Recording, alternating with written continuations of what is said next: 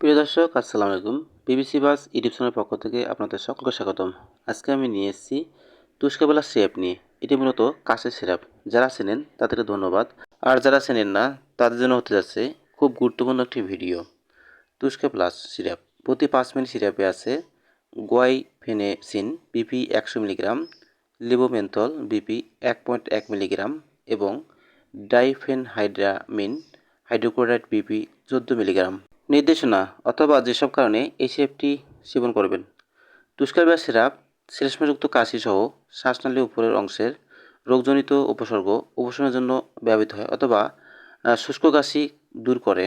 মাত্রা ও সেবনবিধি: 12 বছর এবং তার ঊর্ধ্বে বয়স্কদের জন্য 2 চামচ করে দিনে 4 বার খাওয়ার পর খাবে।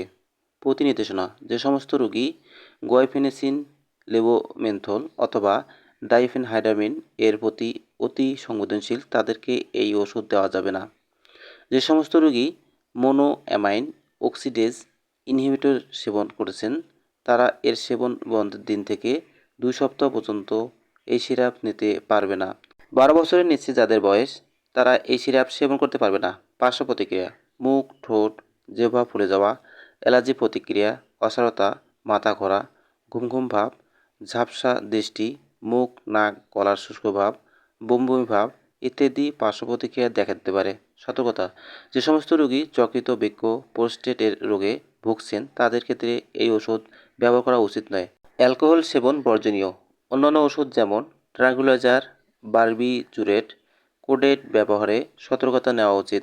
গাড়ি ও যন্ত্রপাতি চালানো থেকে বিরত থাকা উচিত। গর্ভাবস্থায় এবং স্তন্যদানকালে ব্যবহার: গর্ভাবস্থায় ও স্তন্যদানকালে এই ওষুধ ব্যবহারে তেমন কোনো সুনির্দিষ্ট তথ্য পাওয়া যায়নি। সংরক্ষণ: আলো থেকে দূরে, শুষ্ক ও ঠান্ডা স্থানে রাখুন। সকল ওষুধ সিদ্ধ নাগালে বাইরে রাখুন। এই ওষুধটি প্রস্তুত করেছে বাংলাদেশের স্বনামধন্য কোম্পানি স্কয়ার ফার্মাসিউটিক্যাল লিমিটেড। একটি তুস্কা সিরাপের মূল্য মাত্র 85 টাকা। তো বন্ধুগণ, ভিডিও আপনার উপকারে আসলে অবশ্যই লাইক, কমেন্ট, শেয়ার করবেন এবং সাবস্ক্রাইব করে পাশে থাকবেন। তো আজকের মতো এখানে শেষ করতেছি। আল্লাহ হাফেজ।